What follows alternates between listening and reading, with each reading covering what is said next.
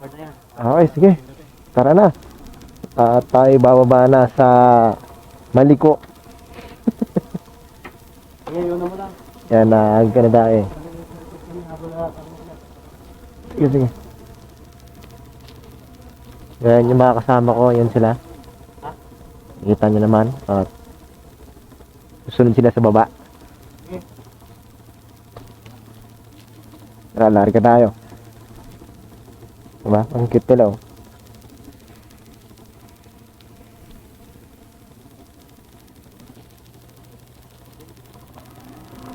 Muna ako saglit. Yan oh. Ang ganda. Ang ganda rito.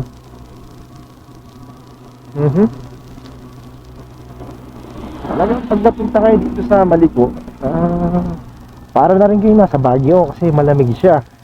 Kasi literal na malamig talaga siya. Kasi may mga rin siya, may mga pine trees siya.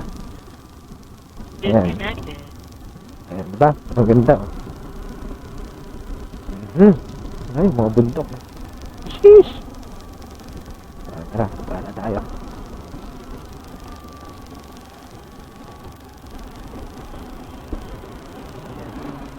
Ikita nyo sa baba. Ayan. Maganda.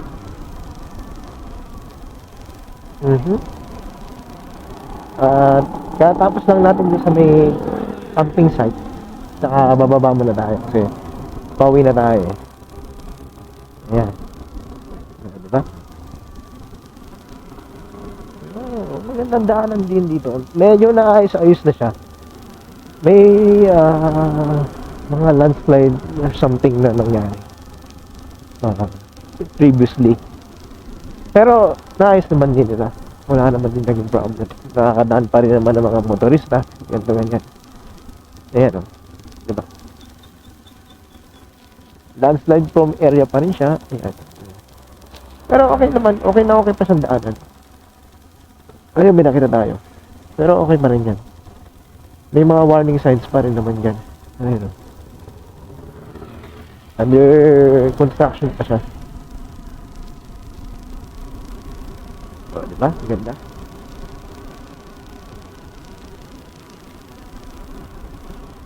Mabagal ang takbo natin kasi 2 bar na lang yung gas natin.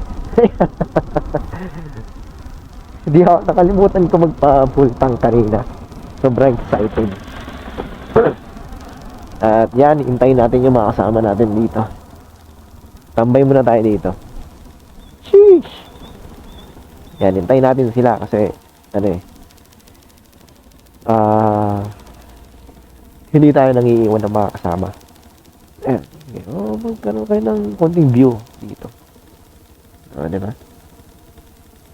Pero maganda. Ayan, nakabit ko na rin pala ito.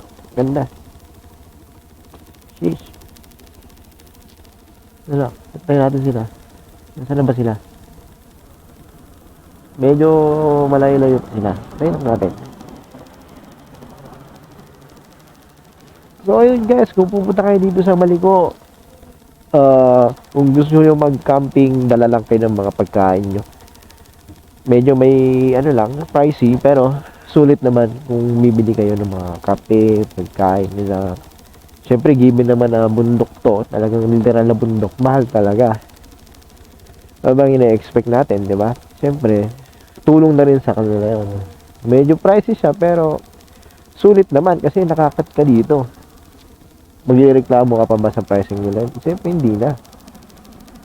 Kaya nagpunta rito para ma-experience mo sa Maliko, di ba? Kaya, suggest ko lang kung tight budget kayo, gusto nyo yung ano, makatipid-tipid yan, baon na lang kayo. Yan, doon na yung mga kasama ko. Diyan na sila. Yan, talagang lalarga na kami. Sobrang ganda dito guys. Ayan, mga yung kasama natin oh. Sobrang ganda rito. Try nyo talaga. Dito lang to sa San Nicolas, Pangasinan, Maliko. Marami kayong mapupuntahan dito ng mga view deck. Mag full tank na rin kayo kasi medyo mahirap yung magpagas dito. Kailangan mo maghanap nung may bote. Ay, may bote. Yung mga bote na di gas. As in, mahirap siya kasi wala talaga ditong gas station. Kailangan mo mag-provide o kaya magdala ka ng extra na gas. Kasi pag natuyuan ka dito ng gas, tapos ka, alangan naman itulak mo, diba? Layo nang itutulak mo. Medyo siya, mahabang daanan din. Medyo mataas, ganyan. Kaya mahirapan ka. Kaya pag magpupunta kayo dito, lagi kayo mag-ready. Para lang din naman kayo nagbagyo, diba? Pag nagbabagyo kayo, lagi ready nga kayo, diba?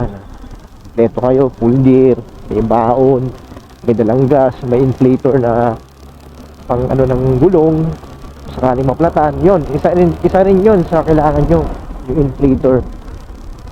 Para pag naplatan kayo, kasi ang hirap, wala ditong mga talyer. Ang hirap. Kailangan nyo pang makarating sa bayan para magkaroon kayo ng mga pyesa, mapagawa yung mga gulong nyo. Ayan, under renovation pa rin ito. Ayan, nakikita nyo dito. Nag-renovate sila. Ayan dito. Yung mga construction worker na masisipag. Tsaka dahan-dahan lang kayo magpatakbo dito kasi may makakasabay talaga kayo sa mga blind curve. Kung masyadong kamote dito kasi maaga kayo makawala. Ayan, taas yan. Talagang sulit pag nalaglag ka, di ba? Eh kung di ka naman kamote, mag-drive ka lang ng ganitong kabagal, 35 kasi pababa na to eh. Lagi mong isipin yung buhay mo, isipin yung mabilis sila, hindi ganon. Isipin mo, makakapag-rides ka, makakapunta ka sa point A to point B na gusto mo dito sa Manico. Hindi mo kailangan maging mabilis kasi delikado talaga ang daanan. Since inaayos pa nila, maging tayo, alert. Defensive driver pa rin tayo. So yun guys, ayan, check nyo yung mga tanawin. Tingnan nyo, ayan, ang ganda.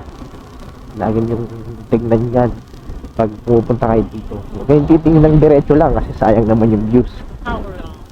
Ayan, ganda pa. Ayan, kahit medyo basa.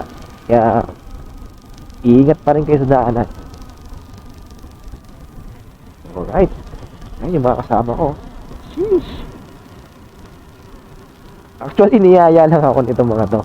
Nagpapasalamat ako kay Kuya Ryan sa Motoray Adventure Vlog. Talagang siya,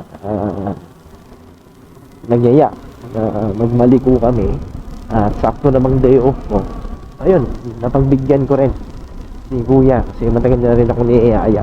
Siyempre, walang time mag-rides dahil nga busy sa trabaho. Alam niyo naman, iba pa rin ang pamilyang inuuna.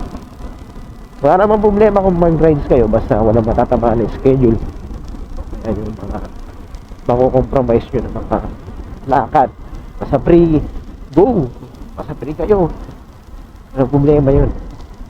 Lagi yung tatandaan ng ride, minsan lang yan. Memorable yung baga. Saka marami nga pala ditong kapihan, kainan, ayan. Gusto mag-joke, alam ko may video dito, ayan.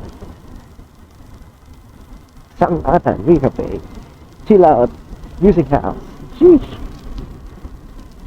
Diba? Ganda rin ito, may mga quarry pa dito. Quarry. Basta ganun. Ang ganda, oh. Kahit bundok pa, maganda pa rin. Pinapagawa nila sa bahay. Ayan. Enjoy lang kayo guys. Ganun talaga ang buhay. Kailangan mo mag-chillax kahit papaano. Masyado magpa-stress sa trabaho. Normal lang yung ma-stress ka sa trabaho. Quick escape ka kumbaga. Quick escape na ako. Medyo hinga na ako ng maluwang. Wala yung stress ko. Siyempre, pag rides, masaya pa rin ng bata na to. Ay, ngayon, pabalik na tayo sa Balongaw. Ayan, doon talaga tayo nakapon. Siyempre, ganun tayo. Balik na tayo doon. Eba ko lang. Tuber na lang to. Pero kaya-kaya pa rin naman yan. Kaya pa rin yan. Baka Bergman yan. Baka tipid sa gas yan. Sheesh. Ito palang gamit ko is Action 4 na DJ Osmo. Ganda, sobrang ganda. Pinahiram sa atin Kuya Ryan, ang Motoray Adventure vlog. I-follow nyo siya sa kanyang Facebook page. Ilalagay natin sa comment section. I-follow nyo siya. At marami kayong makikita magagandang tanawin na kanya napuntahan. Ayan.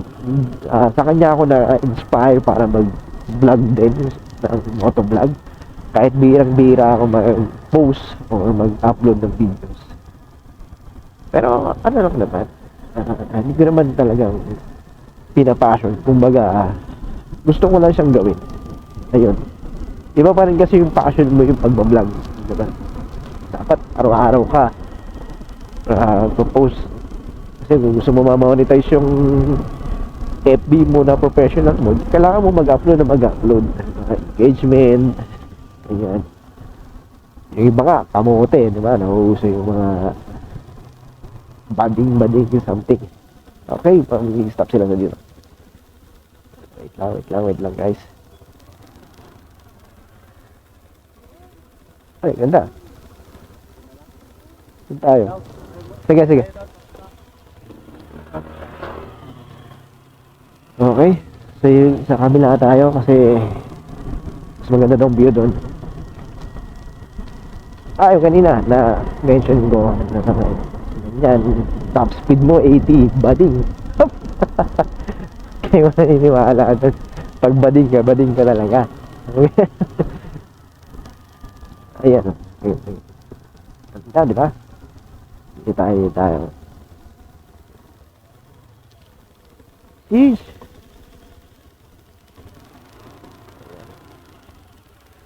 Ganda ng tanawin.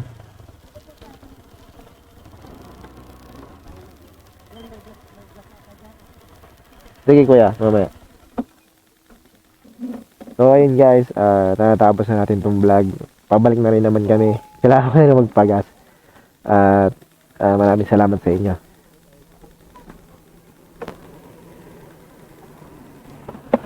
Ayun.